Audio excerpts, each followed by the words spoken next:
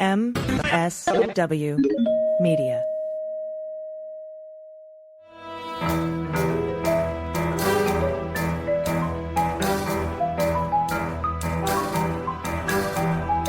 The rule of law is not just some lawyer's turn of phrase. It is the very foundation of our democracy. The essence of the rule of law is that like cases are treated alike. That there not be one rule for Democrats and another for Republicans, one rule for the powerful, another for the powerless, one rule for the rich and another for the poor, or different rules depending upon one's race or ethnicity. To serve as Attorney General at this critical time is a calling I am honored and eager to answer. So yeah, now it's clean up on aisle 45 time. And for a long while yet, it is going to be clean up on aisle 45. Welcome to episode 143 of Clean Up on Aisle 45. It's Wednesday, October 18th. I'm your host, Pete Strzok. Hey, Pete. I'm Allison Gill. And before we get to the news, we have nearly 100 new patrons this week, which just blows my mind. And we're going to continue to shout out our new patrons, but to limit trolls who would sign up to get us to say something and then canceling, we're going to shout out y'all after 30 days of being with us. So we'll start the clock now, and we'll thank our Hall of Famers for the next few weeks. Also, I know that we've said, Pete, that you could put any name down and we would read any name, but it should go without saying that we can't read anything that would violate the law or negatively impact either of our ongoing litigations. So I just wanted to put that out there. We won't be able to read anything that could violate those things. I figured that would go without saying. We haven't seen anything like this. We haven't seen any trolls, but this show is starting to pick up, and it's starting to get really popular. And, you know, with the amount of new subscribers, and oh my gosh, thank you so much for subscribing. We're gonna do this a little more carefully now, and so I just wanted to sort of give everybody that heads up. But without further ado, our Hall of Famers. Big thanks to Patty B, January 20 Baby, Greg Crimer, David in Brooklyn, someone named Please Don't Read This on the Pod. We don't need a call out. Thanks for what you do. Lance Buckley, Mr. Half Speed, a dinosaur in dental school. I've updated my shout out name to this. I love that. One named Insert Witty Name Here. And then Admiral Rickover's Spinning Corpse. And thank you for that. Admiral Rickover is the head of the nuclear Navy fleet, was pretty much created the nuclear Navy. I went to nuke school for a time back in the 90s, gosh, 30 years ago. So fun shout out to Admiral Rickover over there. So thank you so much, everybody, for being patrons. You're incredible. You make this show go. If you want to join the team and get early ad-free access to these episodes or access to the full weekend bonus episodes and invitations to our happy hour Zoom calls where you can ask me and Pete questions, head to patreon.com/aisle45pod. That's AISLE 45POD. We do have a happy hour, Pete, this Friday at 4 p.m. Pacific, 7 Eastern. 4 Pacific, 7 Eastern. We'll both be there.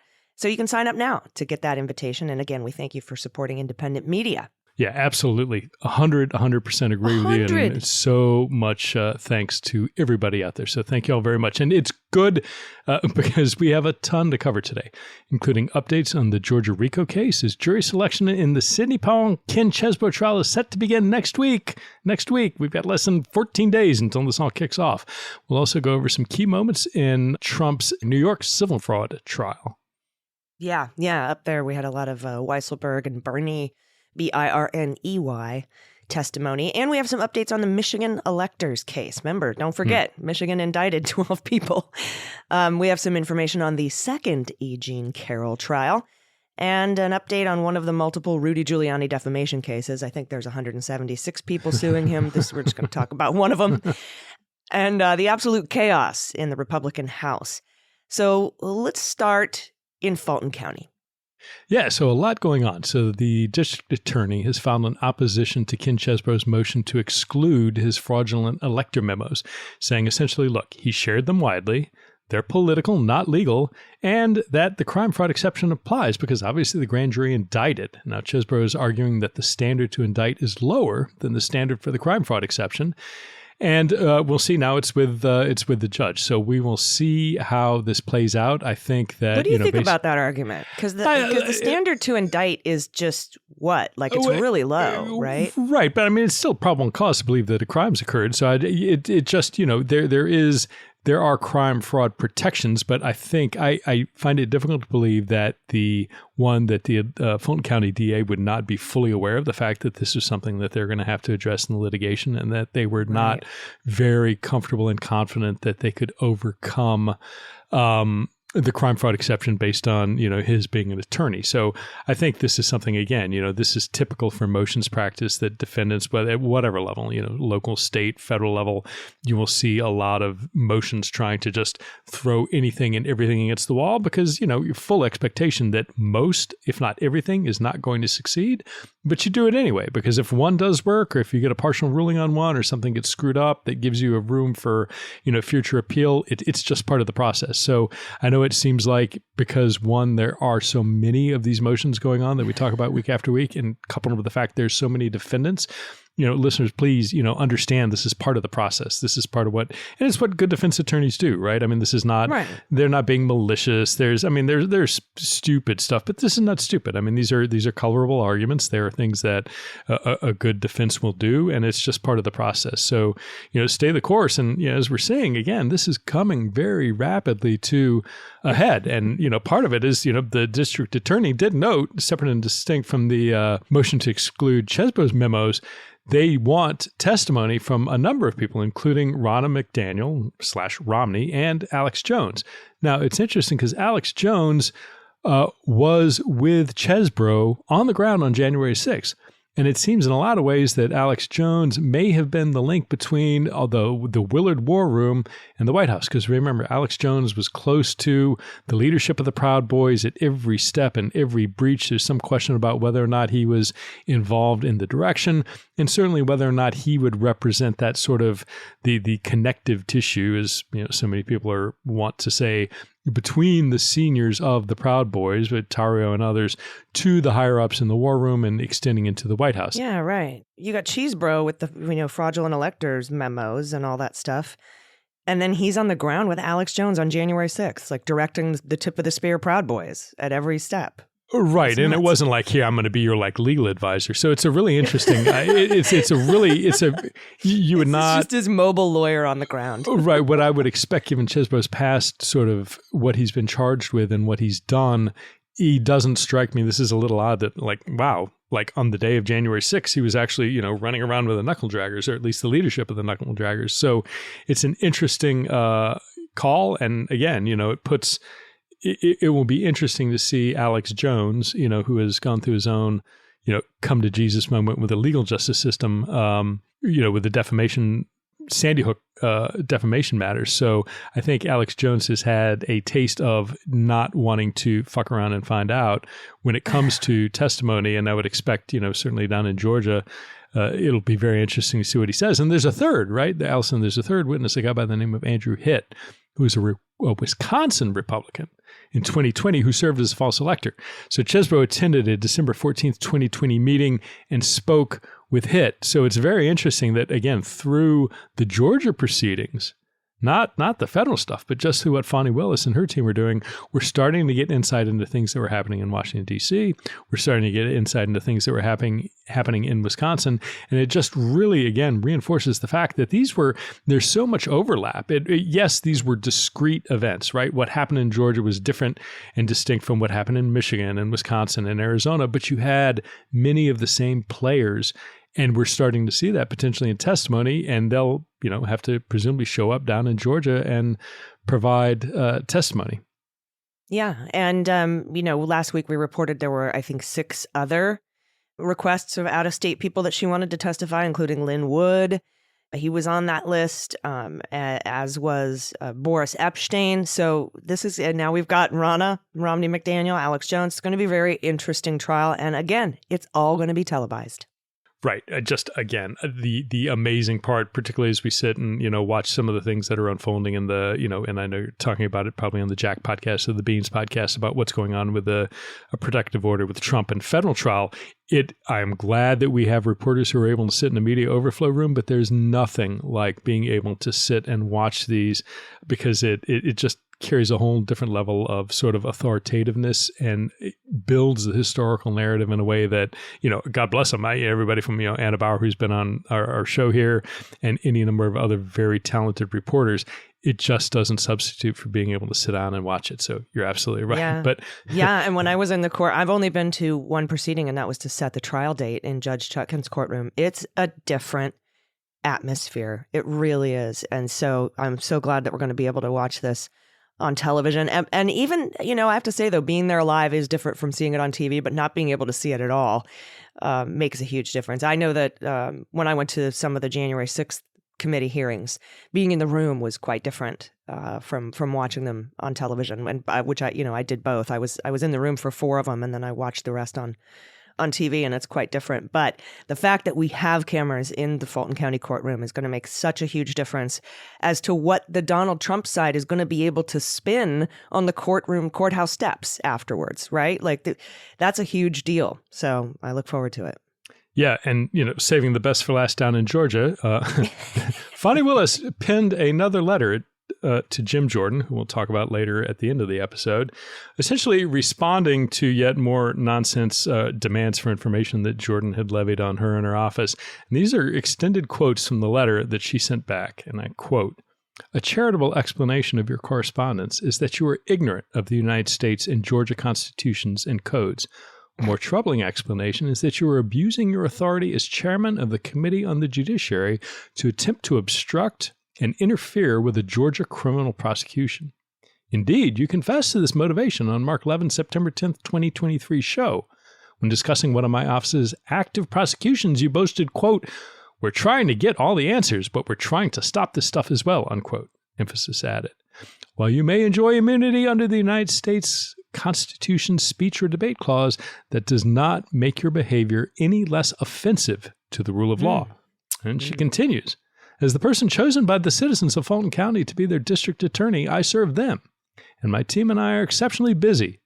We have already written a letter, which I have attached again for your reference, explaining why the legal positions you advance are meritless. Nothing you've said in your latest letter changes that fact. As I've explained, your request implicates significant, well-recognized confidentiality interests related to an ongoing criminal matter, as well as serious constitutional concerns regarding federalism and separation of powers.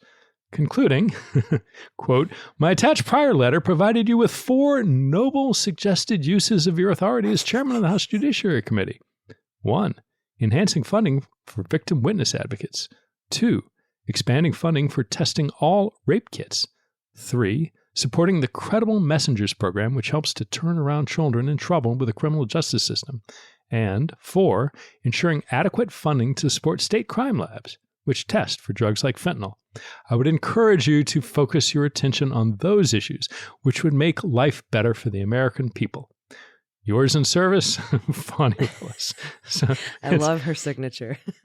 Yes, absolutely. And just, the good news is that, this letter he'll probably inevitably dump off on James Comer or whoever, the new chairman of the Judiciary Committee, Matt Gaetz, after he ascends to the speakership of the House. But we'll save that. We'll save that slight vomit in your mouth that just happened until the end of the show. We'll hold off. We got more news to get to first. Yeah, I want to get to this news on a solid stomach. So why don't we do that? But we do have to take a quick break. We still have more news in Fulton County, but let's take a quick break here and we'll get back to it. Stick around. We'll be right back.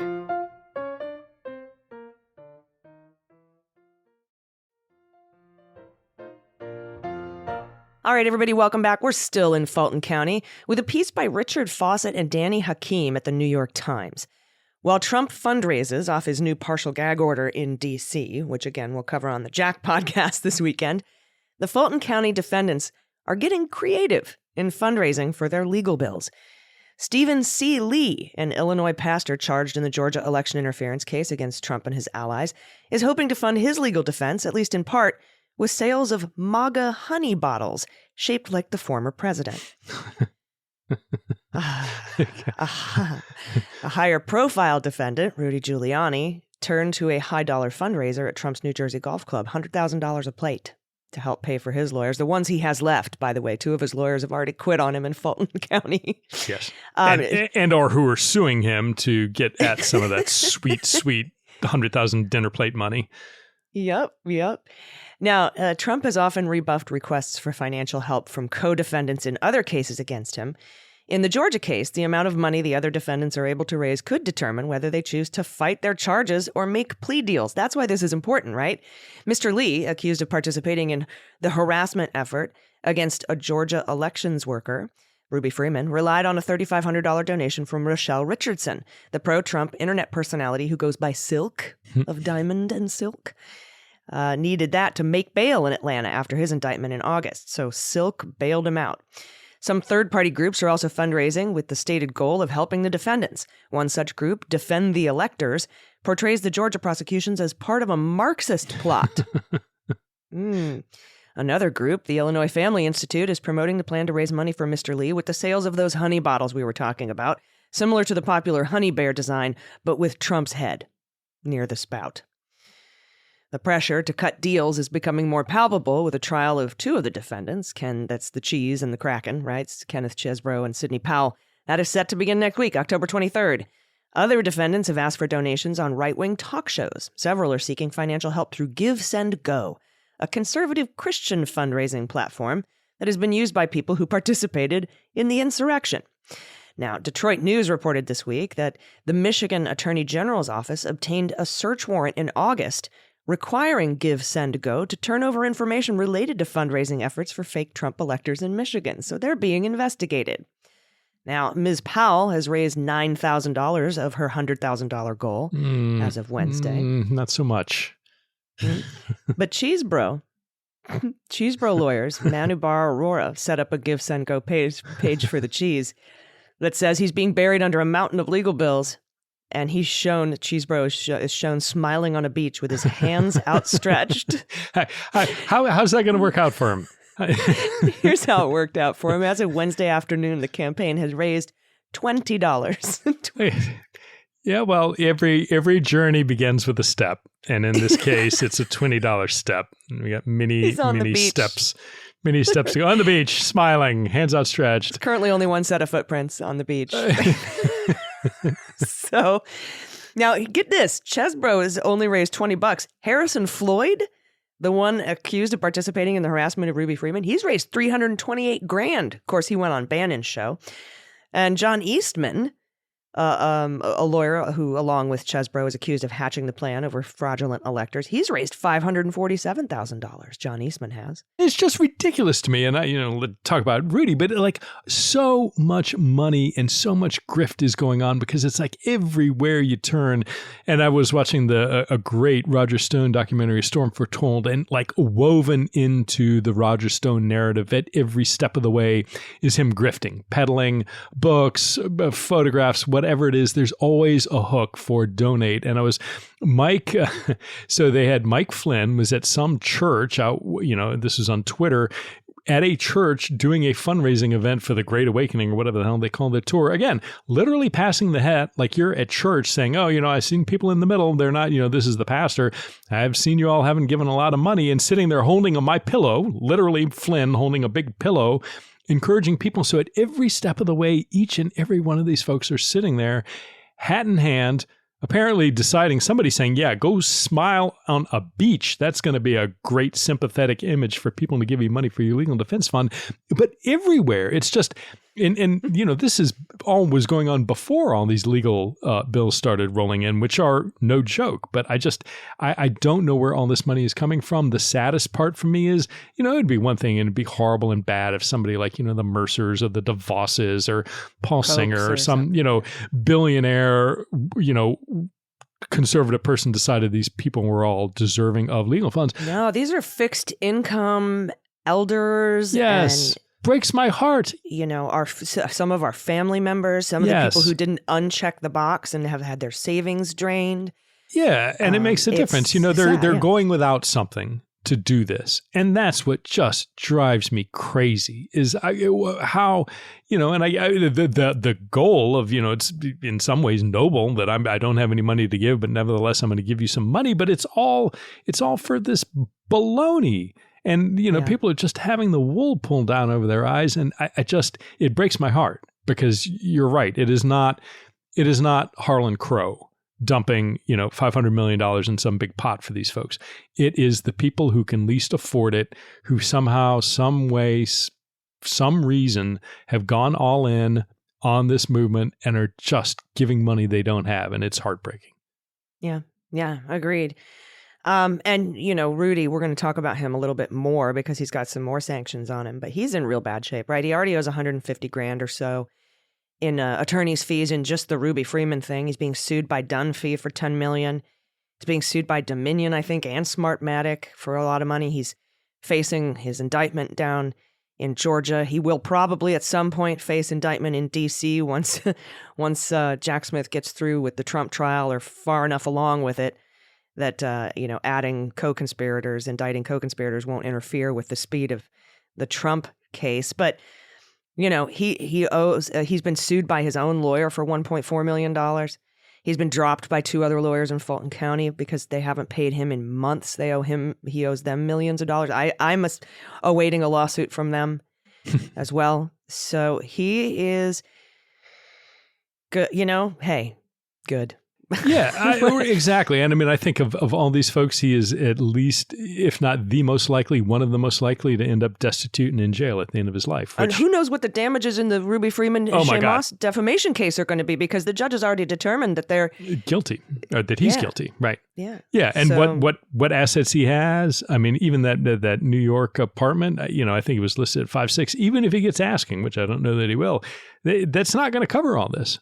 And then he's still got the future legal fees for his defense. So I just don't see where he, the goodwill, the value of his name in marketing is what? So he can record celebrity endorsements via whatever that, that website is where you can get somebody to record happy birthday wishes for folks. Cameo. He just doesn't at some point. Yeah, Cameo, exactly. At some point he is going to run out of assets, and he is not.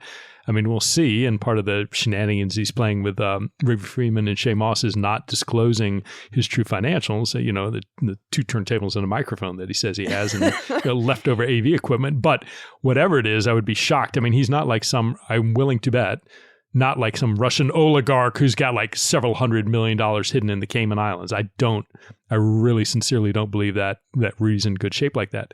And I think, all these creditors are out for whatever they can get, and they have the ability to, hire business intelligence folks who are experts at tracking down, hidden financial holdings. And again, it's one thing if you're trying to find where Oleg Deripaska has stashed money. If you're trying to figure out where Rudy fucking Giuliani has stashed money, it's an entirely different proposition, an entirely easier proposition. So, we'll see where this ends. But I agree with you. It is not going to end well for Rudy. He's going to be heading up the sperm banks. I guarantee it.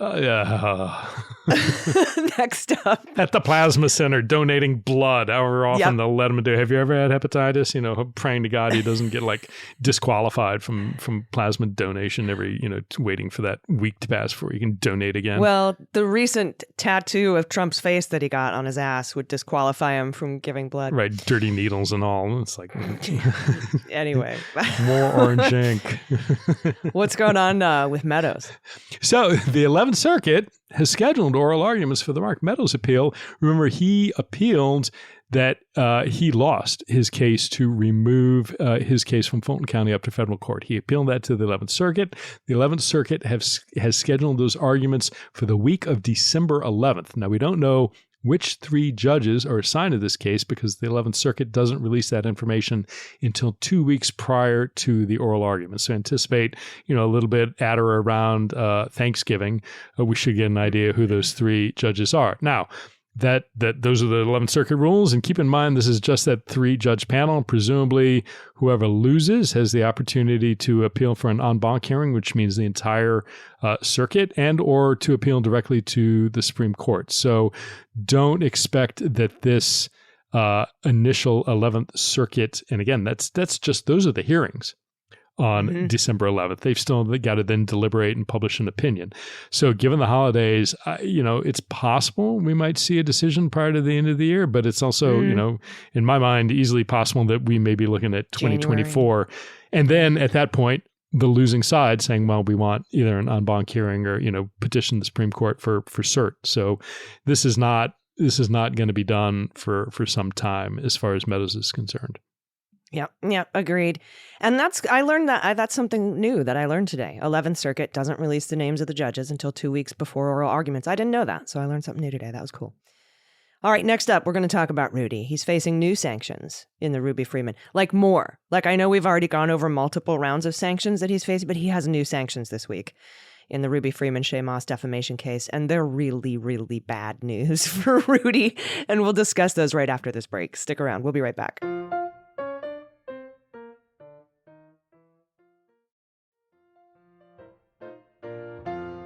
All right, welcome back. Let's head down up to Washington, D.C. and talk about more sanctions against Rudy. This is from Judge Beryl Howell's order. Quote, as ordered by the court, plaintiffs have submitted timely requests for an array of adverse evidentiary inferences to be applied at the damages trial scheduled for December 11th, 2023. I like how she calls it the damages trial, not the defamation trial. You're already guilty. Yes, you are already guilty. Default judgment has already occurred, you guilty son of a gun. Again, think about how we're going to have to, I don't know how we get on a podcast. We're going to have to get a little whiteboard, like a Tim Russert style, just keeping track of everything that is coming down the pike. But again, shortly right after after the same time almost as that 11th Circuit argument on the week of December 11th, at the same time, literally on December 11th, that trial has started to begin. And continuing with the order, plaintiffs' claims for defamation, intentional infliction of emotional distress, civil conspiracy, and punitive damages. So again, that is all coming at the same time. That's coming probably going to be within a week or two of the end of the Trump New York AG civil fraud trial up in New York. So all this, again, sort of everything coming to a crescendo at the end of the year, separate and distinct from whatever might be going on with Trump on the federal side of things. But a lot of stuff is going to be happening for the next couple of months. Now, Judge Howell continued, quote, consistent with his prior track record in this matter, Giuliani failed to file any response to plaintiff's submission, despite being permitted to do so pursuant to the September 22nd order. The adverse evidentiary inferences requested by plaintiffs are amply reasonable, given Giuliani's continued and flagrant disregard of this court's August 30 order that he produce financial-related documents concerning his personal and his business's past and present assets, revenues, income, viewership metrics, and social media reach, all of which information is potentially pertinent at the upcoming damages trial. The adverse inferences proposed by plaintiffs will therefore be instructed at trial. Now, continuing, in their submission, plaintiffs also request, pursuant to the plain text of Rule 37, which is the Federal Rules of Civil Procedure, and the court's inherent power, plaintiff's submission at 8, entry of the quote-unquote final judgment for 3 court orders directing that Giuliani reimburse plaintiffs for their attorney's fees and costs in connection with plaintiffs' 3 successful discovery motions. Plaintiffs urge use of this procedural device to permit them to, quote, seek full payment of these fees through execution against defendant Giuliani's assets outside of the District of Columbia. Howell concluded, though, that given the lack of clear authority for the procedural mechanism proposed by plaintiffs in the fairly short time period before a final judgment will issue, prudence dictates issuance of a single final judgment, upon which plaintiffs may then execute, pursuant to Rule 69A, in districts where Giuliani is likely to have assets. Accordingly, plaintiffs' request for issuance now of final judgments on the 3 discovery orders is denied. Okay, so yeah, he owes them like $89,000 and $49,000 or something like that. And they were like, we want to go get this outside of DC. And basically the judge is like, we're going to have a final judgment in the damages trial very soon. And so once that final judgment, we'll add that number, add those monies to the final judgment, then you have a mechanism to go outside to find that Right. And part of their alarm, and I'm sure Judge Howell gets this, I mean, part of their alarm is you have so many different parties seeking to attach to Giuliani's assets that they're just trying to hey, before Judge, get first in line. We know we're close, but you need to understand that all these other people are trying to get access, to his funds and assets at the same time. So please don't hurt us by making us wait. But, she said, look, A, it's coming soon. B, it's not clear that there's a procedural way to do this. And so while I'm willing to bet she understands those concerns, she said, hey, look, there won't be a final order. But this is then where the hammer comes down against Giuliani. Oh, yeah. Right? So this is again from the order. Ordered that pursuant to the Federal Rule of Civil Procedure 37B2A and this court's inherent power, that the following adverse inferences are established for the purposes of this action. 1. The jury will be instructed that it must, when determining an appropriate sum of compensatory, presumed, and punitive damages, infer that defendant Giuliani was intentionally trying to hide relevant discovery about the Giuliani business's finances for the purpose of shielding his assets from discovery and artificially deflating his net worth. 2. Wow. The jury will be instructed that it must, when determining an appropriate sum of compensatory, presumed, and punitive damages, infer that defendant Giuliani was intentionally trying to hide relevant discovery about the viewership of Common Sense and his social media reach for the purpose of artificially deflating the reach of his defamatory statements. 3. The jury will be instructed that it must, when determining an appropriate sum of compensatory, presumed, and punitive damages, infer that defendant Giuliani received substantial financial benefits from defendant Giuliani's defamation of plaintiffs. 4. The jury will be instructed that it must, when determining an appropriate sum of compensatory, presumed, and punitive damages, infer that the Giuliani businesses continue to generate advertising revenue and other income from their operations. But we're not done. Yeah, that's all the jury instructions. Right? Yeah, but we're not done. It's like the next semicolon, and it is further. And so new paragraph, ordered that defendant Giuliani and his counsel are precluded from introducing or referencing the following at trial for purposes of this action. 1. Defendant Giuliani and his counsel will be precluded from introducing any evidence, whether through a document, witness, or other testimony that has not been disclosed or produced during discovery. 2.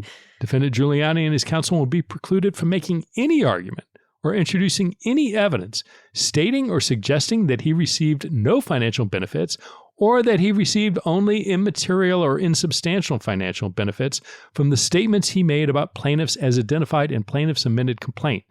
3. Defendant Giuliani and his counsel will be precluded from making any argument or introducing any evidence stating or suggesting that he is insolvent, bankrupt, judgment-proof, or otherwise unable to defend himself, comply with this court's orders, or satisfy an eventual judgment. So, Allison, this is, again, as I've said before. Basically, you have to sit there and be quiet. Yes. And we'll determine how much you owe them. And getting hammered, and this is a hammer. I mean, no question about it. This is just an absolute hammer. And when a jury of his DC peers hear this, on top of the facts of the case, I cannot begin to imagine, and just the appalling shit that he caused, again, summary judgment's been entered, he caused through his defamation of Ruby Freeman and Shea Moss. I cannot envision, I can, and I chuckle about it, how this DC jury is likely to receive this information. And whatever is out there in Giuliani's possession, whatever the facts actually are, he has decided that those facts are so bad that this hammer is still somehow better than turning over that information. And that's just like, what in the hell is out there that you would sooner have this just massive hit after hit after hit after hit? What's your over-under? Of what, money? Oh, God. Yeah. Do you think it'll be more than 10 million? Do you think it'll be over 10 million or under 10 million? I don't know. I mean, it's just two, right? And so some of the question is like, it's like one thing when you look at Alex Jones and Sandy Hook, you look at the volume of parents seized with the death of their children, the emotional trauma of that. I think, it's and that's a different state. So, well, that was close to $1 billion, wasn't it? Right. And so I don't know how they aggregated out. But again, the Shea Moss and Ruby Freeman had to relocate. They were getting death threats. They were having people show up at their house. I mean, there was just truly a lot of emotional distress and, current and future impact. So we'll see. I don't want to hazard a guess, but I am certain it will be on the, whatever the guideline range is, will be on the high end of that. And Giuliani is precluded. The jury is being told, you have to accept this as true, and you must find and infer that all these things happened. Yeah, this is not good for him. Really, really not good for him. And so we'll be watching that trial as it grows closer. But let's head to New York from D.C. now, because we have some news from the Trump civil fraud trial brought by New York Attorney General Letitia James. We've been following this a little bit, but not as closely as Adam Klasfeld has been following it. So you should follow him for like up-to-date information here. But Adam Klasfeld writes, throughout his questioning on early Tuesday, Alan Weisselberg, CFO, came up empty in his responses to more than 90 questions before the lunch break in Trump's civil fraud trial. He answered more than 60 of those questions with some variation of I don't recall, I just don't recall, or I don't remember. He responds to more than 30 inquiries with I don't know. The ex-CFO insisted he could not recall noticing discrepancies about the size of the Trump Tower triplex, which is 10,996 square feet. The former president routinely valued it as more than 30,000 square feet on financial statements. And Weisselberg says, I don't remember that. But Dan Alexander, the Forbes guy, hit back hard in a piece in Forbes, saying Weisselberg, longtime chief financial officer of the Trump org, lied in sworn testimony on Tuesday when questioned about Donald Trump's penthouse apartment. Under questioning, Weisselberg acknowledged that the 30,000 square foot figure was wrong, but he tried to suggest, however, that he had little to do with the bogus calculation, batting away a series of questions about the financial documents and discussions with Forbes, which has been valuing Trump's fortune since 1982. Quote, I never focused on the triplex, to be honest with you. That's what Weisselberg said. It was almost de minimis relative to his net worth, so I really didn't focus on it, unquote. But that's not true, Dan Alexander says. A review of my old emails and notes, and some of my colleagues, some of which the Attorney General's office does not possess, show that Weisselberg absolutely thought about Trump's apartment and played a key role in trying to convince Forbes over the course of several years that it was worth more than it really was. In 2012, Forbes wrote, Allen asked why we count large private estates for other billionaires, but not Trump. He said we should be including his New York penthouse. He thinks it's worth more than $88 million. Weisselberg had a point. The penthouse wasn't worth $88 million, but it was worth something. The reporter added it to the calculation with an estimated $64 million valuation. But Dan continues, Weisselberg kept pushing. The next year, a reporter explained, now Weisselberg says it's worth $200 million and there's no debt. Believing the penthouse was nearly 30,000 square feet, the figure that the Trump organization would eventually claim on its internal documents. The reporter decided to bump up the estimate to $90 million. A year later, in 2014, Weisselberg once again weighed in on the value. Now he says it's $163 million with zero debt, a reporter wrote in her notes. So that's a bunch of lies on the stand, according to the guy at Forbes.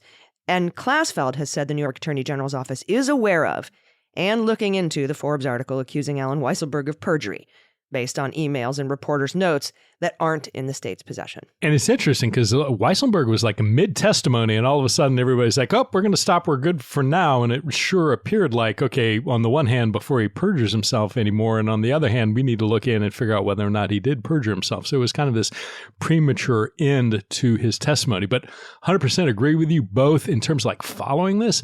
Adam Klasfeld's reporting and tweeting has been amazing, but also Dan Alexander, he's a financial reporter for Forbes. He does an amazing job. I'm not a CPA, I'm not a financial guy, but does an extraordinary job on Twitter and in articles, kind of laying out in plain English exactly what's going on. And he wrote a book called White House Inc. about Donald Trump and his businesses. But if you're trying to figure out, okay, I don't really understand how all this valuation games are being played and why it matters, you can go there and find a really easy to understand for a non-financial person that kind of lays it out. And you're like, oh, that makes sense. And holy shit, that's dirty. I mean, there's no question about it. It's just not, it's not something that just, everybody's doing it. So. Yeah. And to make matters worse for Weisselberg, The Trump Organization assistant vice president named Patrick Burney was on the stand, and he was asked, did Alan Weisselberg ever tell you that Donald Trump wanted his net worth on his statement of financial condition to go up? And Burney said, yes. Oh. And yeah, that's a key point that the New York Attorney General said that she would prove. And there it was. There's also some handwritten notes on some of these financial condition statements that say final approval needed from DJT. We talked about that last week. Now, Trump's attorney, Christopher Keyes, objected to Burney's confirmation of that exchange, describing it as inadmissible hearsay. The Attorney General's office argued that the exchange fell under hearsay exceptions in New York law and precedent concerning admissions by a party opponent. Now, Manhattan Supreme Court Justice, the judge overseeing this case named Arthur Engoron, gave both parties the opportunity to submit written arguments on the issue. So they're actually going to file briefings on that exchange. That's how important it is. Now, Trump was set to come to New York this week for the trial. He's going to be there Tuesday, which is tomorrow as we record this, but yesterday as the show comes out, time travel. But Michael Cohen's testimony, which was scheduled for Tuesday, is being postponed because Michael Cohen is sick. So I don't know if he's still going to show up. I haven't seen any new news on that. We'll, of course, keep you posted on this weekend's bonus episode for patrons. But, I think Donald's whole reason for coming down this week was because Michael Cohen was going to testify. I don't know if he's going to come down yet. You'll know by the time this show airs whether or not he is going to be down in or up in the New York court for this week. Yeah, and he's got other things on his dance card this week, so we'll see how that. Yeah, and so we'll know again by the time you're listening to this, we'll know whether or not he was there. But I think, I find it hard to envision that he would show up at trial just to sit there and, cross his arms and get his "I'm not holding the talking stick" look on his face that he gets when he can't speak. But particularly if Cohen's not there, and depending on who it is that they have testifying, whether or not he shows up, I don't know. I mean, a lot of it may be like performance art from the perspective of getting out there and fundraising, which he's already doing based on Chutkan's protective order. So a lot of this is just, he's as we're recording, he's in Iowa giving a couple of speeches. But by the time you're listening to this, we'll know what he did with himself after leaving Iowa. Yeah, I don't see him wanting to sit through anything. If he was specifically going to see Michael Cohen's testimony, I don't know that he'll show up. But maybe that's not why he was going. I'm pretty sure that's why he was going, though. But we'll see. He does have other things going on this week that we can't really talk about, but are publicly known information. So you can find that on the Daily Beans or on the internet. Marcy Wheeler's been talking about it. You can check that out there. All right, we have a few more updates for you, but we need to take another quick break. So everybody stick around. We'll be right back.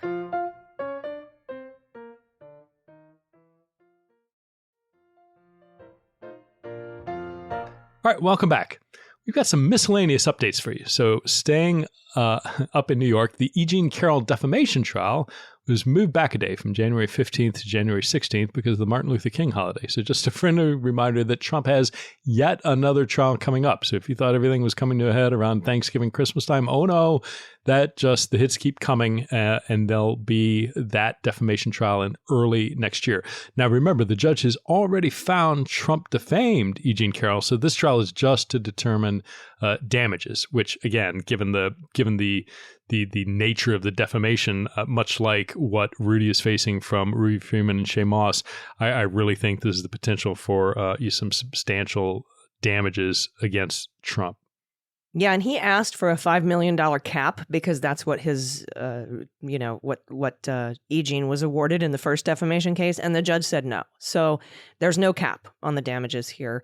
And because we've already gone to trial on this in E. Jean 2, because this is actually E. Jean 1, they're going out of order, because it was already determined he defamed her in E. Jean 2, they don't have to make that determination at trial. Like you said, it's just for damages.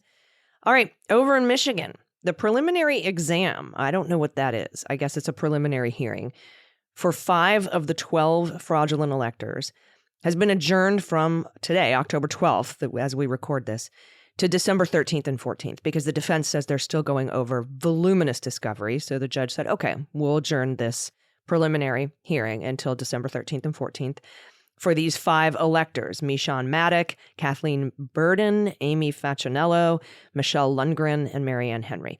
Now, the remaining 7 have their preliminary hearing on November 2nd, but a bench warrant was issued today for Kenneth Thompson because he failed to appear at the preliminary hearing. This bird's going to fly. Yeah, so we have a bench warrant. So much crime everywhere, so much crime, all surrounding. It's extraordinary to me that state after state after state, you just have all these people who are charged with committing crime to try and steal the election. And it just is all, again, add it to your, end of the year calendar, because these things are going to happen, at the same time frame, right? The prelim on November 2nd, others kicking off in mid-December. So it's not something that is going to, I think that's not the trial, right? This is not something they're getting discovery. This is not something where they're bringing in jurors to question them and start the trials going on. But there will be, again, presumably motions and hearings that are going on leading up to trials early next year up in Michigan. And again, fugitive Ken Thompson, wherever he may be, I suspect he will, show up somewhere and face, potentially some more severe form of pretrial detention if and when maybe they he's find at him. Christopher Worrell's house. with the grenades and the cash and the bomb shelter. So yeah, and so a couple of another random series of goings on. Let's go to everybody's favorite clown car, House Republicans. So first from CNN. In recent closed-door testimony to Congress, the top-ranking Justice Department prosecutor in Washington, D.C., refuted claims from 2 IRS whistleblowers that he blocked federal investigators from charging Hunter Biden with tax crimes in D.C. So this is the U.S. Attorney, Matthew Graves, the U.S. Attorney in Washington, said in his private deposition last week that even though his office declined to formally partner up on the case, he did offer logistical support to David Weiss. Now, this new testimony absolutely discredits, yet again, claims made by the 2 IRS whistleblowers that House Republicans have used up to this point to try and fuel an impeachment inquiry into President Joe Biden. Last month, remember, testimony from a number of both FBI and IRS officials cast doubt on key allegations by the 2 IRS whistleblowers, Shapley and Ziegler, including the assertion that Weiss had claimed that he lacked authority to bring charges against the president's son and that he had been denied a request for special counsel status by Justice Department officials. Weiss has denied both of those allegations. So, and now we've got, the charges against Hunter, potentially superseding charges. We have lawsuits now that Hunter is bringing via Abby Lowell against, various folks that I think, again, there is so much setting any sort of whether or not there's any sort of civil liability for disclosing, information from tax records, whether there's any sort of liability from, messing around and committing any sort of computer intrusion type crimes from the data surrounding the what was on the laptop. Setting all that aside, you still have the prospect of criminal trials where there are at least some witnesses where all these conflicting statements are there. And that's something that absolutely good defense attorneys are going to use to cast credibility questions about witnesses when you're sitting there and saying, okay, well, you testified to A, but yet there are all these other statements from people saying, well, not A, actually B. Well, actually, no, it's a combination of C and D. So in terms of how a good defense attorney will use all of this, he said, she said, no, this didn't happen the way, it absolutely is a potential gold mine for a good defense attorney seeking to undermine the testimony of government witnesses in front of the jury. So again, and then you absolutely add on all the questions about whether or not, material was not turned over that should have been, whether or not there's any sort of, computer crime or other, tax disclosure laws that were broken. When you add all that in there, it's just a hell of a mess. And it's not a mess that looks good at all for House Republicans. No, and the fact that they're, and we know Hunter Biden is suing the IRS for releasing his tax information. We had a guy just plead guilty this week to stealing from the IRS. He was an IRS contractor, and he released a bunch of rich people's tax returns to the press, ProPublica, and he released Trump's tax returns to the New York Times. That's why they were able to put out that huge piece, multi-part series on Trump's tax returns. And he pled guilty. He's facing 8 to 14 months in prison as an IRS contractor for handing that stuff out. And so it's going to be very difficult. First of all, charges have not been brought against Hunter Biden for his tax crimes and for not paying his taxes. And I don't know that David Weiss will want to bring those charges because Jim Jordan's quote-unquote whistleblowers have pretty much single-handedly tanked any case that David Weiss could bring because of the public spectacle, releasing his tax returns in hearings, talking, Marjorie Taylor Greene showing naked pictures. Like, it would be very difficult to bring those charges at this point. And they didn't bring charges against Roger Stone, who failed to pay $2 million in taxes. The IRS has put a lien on Rudy Giuliani's house, his apartment, because he's failed to pay $500,000 in taxes, but they didn't indict him. And Hunter Biden paid his taxes back. So I don't know that I don't think David Weiss is going to bring tax charges. We'll see. I think it would be very stupid to do that. And the one gun charge he did bring could end up being unconstitutional.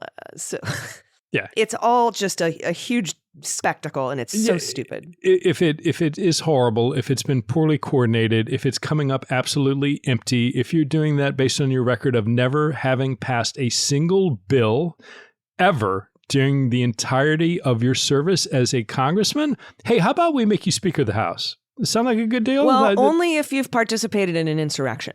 Sure. And, what you do bring to the table is you've already established your bona fides about, allegedly covering up sexual assault by a university doctor against a number of student athletes under your care. So to me, why not? And, some extraordinary record on some of the most harshest restrictive abortion legislation proposals that have been seen.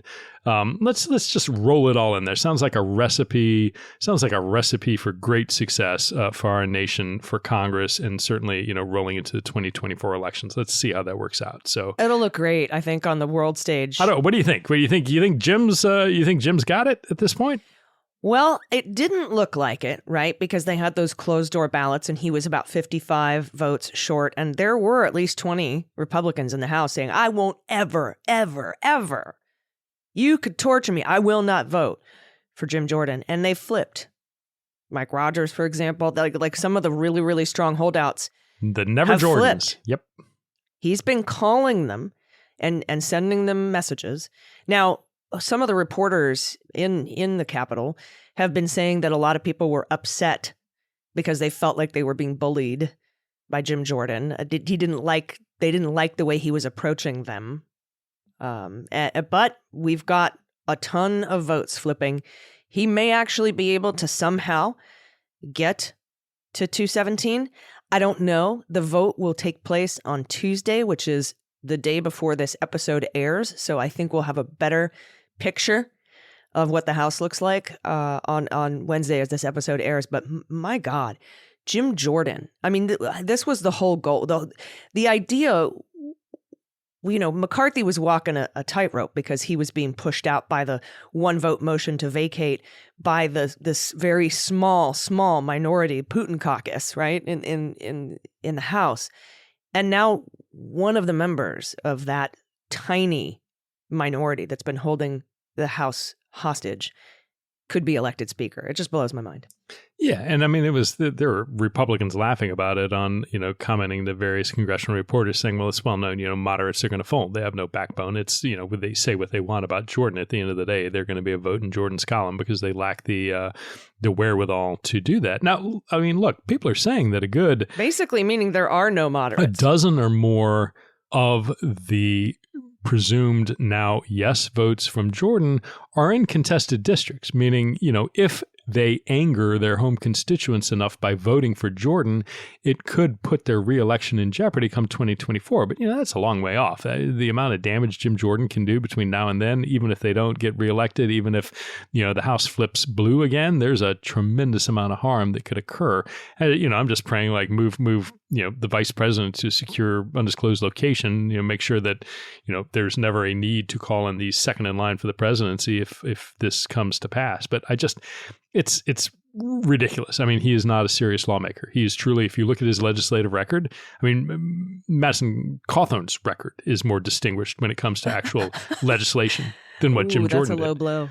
Which is, it is a joke. And did you notice, too, that the Cawthorning of Gates sort of stopped? We had Mullen come out and say he was crushing up dick pills and snorting them and drinking energy drinks so he could go all night and showing naked videos and bragging about his conquests on the floor. And, that he had told a bunch of donors privately that he thought the the Joe Biden impeachment was stupid and a waste of time.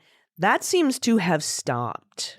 Yeah, and there was also like a rumor that the Washington Post had a story that had a bunch of negative information about Jim Jordan that obviously hasn't come out. I would expect if there's any. I mean, what I will say is like there's been a great PR job on the part of Jordan and his allies working the media, working his fellow Republican members to whip up support. Was the negative story about Gates or Jordan? No, this is about Jordan. Oh, okay, there was allegedly something, but somebody was talking about that, and I would expect if that existed, I mean, maybe it's still coming. But if you've got that story, time to get it out is now before the vote. But what's he got on these moderates? I don't know. And the other thing is people are saying, oh, this has been the Freedom Caucus's plan all along. They're playing chess, and everybody else is playing checkers. It was like put McCarthy in there, and we'll eventually force him out, and then after Scalise or whoever fails, and we'll get our guy in. I don't think they have that much planning capability to pull this something is chaos. out like that. They are completely disorganized, and they don't know what they're fucking doing day by day. I imagine maybe Trump called these holdouts himself. Maybe I don't know. Maybe threatened primaries. But these 18, we call them the Biden 18, right? There's 18 House Republicans who are in districts that Biden won in 2020 that could lose their seats. Like these kinds of shenanigans, aren't. If somebody threatened me with a primarying with a Donald Trump candidate, I would be like, oh, I'm super scared because he's lost like 98% of those elections. Right. That's why we have a blue Senate still, and that's why the red wave never materialized. And it's not. And given Jordan's extraordinarily extreme positions, I mean, somebody you thought Dobbs motivated middle America to vote blue? Wait until you see what Jim Jordan has proposed on women's access to reproductive health care. Just go research it and look at it now. Federal ban. Yeah. I mean, it's and the idea that he is going, I mean, because part of the speaker's job is one to get to lead and rally the party. But the other thing, there's a huge component of the job that's fundraising. And I just don't see Jim Jordan being their job as the speaker is to get out there and fundraise so that when you get to these elections, that you have the money that you can direct to contested races. And if Jim Jordan, by all accounts, is not at all a good fundraiser, what that means then is when time comes, I mean, look at Boebert. Boebert's been like out fundraised 10 to 1, I mean, by an extraordinary amount out in Colorado. 3.4 million to 800,000. Right. From Adam Frisch. So when push comes to shove and you get those 18 competitive districts and those 18 Republicans come hat in hand to the RNC and to the other, committees who have the funding, if Jim Jordan can't fundraise and there just ain't any money in the pot, it's all the bill's going to come due. But again, you can't look at this and say, oh, okay, well, the next Congress, wait until the elections of 24. That's what, 12, 13 months away still, 14 months away still. So there's the amount of harm between now and then is extraordinary. Well, he could sell some My Pillow sandals, or sell some fucking honey in a jar that looks like Trump's big ass MAGA honey. Right. Or maybe he could set up a give, send, go with him on the beach with his hands outstretched. I mean, whatever it takes. It's going to be 2024 is going to be very interesting. First of all, it's just back to back trials. And, it's also important to note, and we'll talk about this a little bit on the Jack podcast, that she refused today when she set up a partial gag order, that she refused to move the trial. Still is the day before Super Tuesday. But he could go into his trial being the presumptive nominee because California is going first. And they've rigged a lot of these primaries so that Trump will just win them. Yeah. And look, I can easily see that trial being the only potential criminal trial that Trump faces prior to the election, because Eileen Cannon, every indication that's going to guarantee, I will come as close to guaranteeing anything that is not going to happen prior to the election. No, given that Fulton County is saying we're going to get through the speedies before we turn our attention to the rest, that could easily go past the election. So New York, Alvin Bragg has already, indicated a willingness to postpone that down the line. And so really, if you're looking at the landscape, there are a ton of trials. Pull out all the civil ones, which you can't go to jail for. Of all the criminal things that are out there, really, you're looking at D.C. at the federal level. And that may be the only one that has the prospect of again, getting any sort of verdict before the vote in 2024. Yeah. All right. Well, I'll be looking for the give, send, go Jim Jordan on the beach photo. But until that day, we'll just all have to hold our breath collectively. But anyway, that is our show today. Absolutely amazing support from our new patrons. Thank you. Thank you. We will see you Friday, new patrons and old patrons alike, for our happy hour, cocktails and mocktails. And you can ask me and Pete whatever you want within reason. And, you can ask us whatever we want. We'll answer within reason. But I look forward to that. And we got through another week. There's a lot of news. It's going to continue. There's just going to be more and more. So thank you so much for subscribing. Thank you for listening. We really do appreciate you. Yeah, 100%. And can't wait for the happy hour. Thank all of you so much for your support. Thank all of you, those who are just listening to the podcast and downloading it. Thank you for that. It means the world to both of us. But for the patrons out there, we simply couldn't do this without you. So you are the engine that makes this happen. So thank all of you so much. Really looking forward to Friday night. And that's all I've got. Allison, anything from you? No, nothing left. Thanks, everybody. We'll see you next week. Cleanup on Aisle 45 is written, researched, and produced by Allison Gill, with editing by Molly Hockey. Our art and logo design are by Joelle Reeder and Moxie Design Studios, and our music is composed and performed by Adam Orr. Cleanup on Aisle 45 is a proud member of the MSW Media Network, a collection of creator-owned podcasts dedicated to news, politics, and justice. For more information, visit mswmedia.com.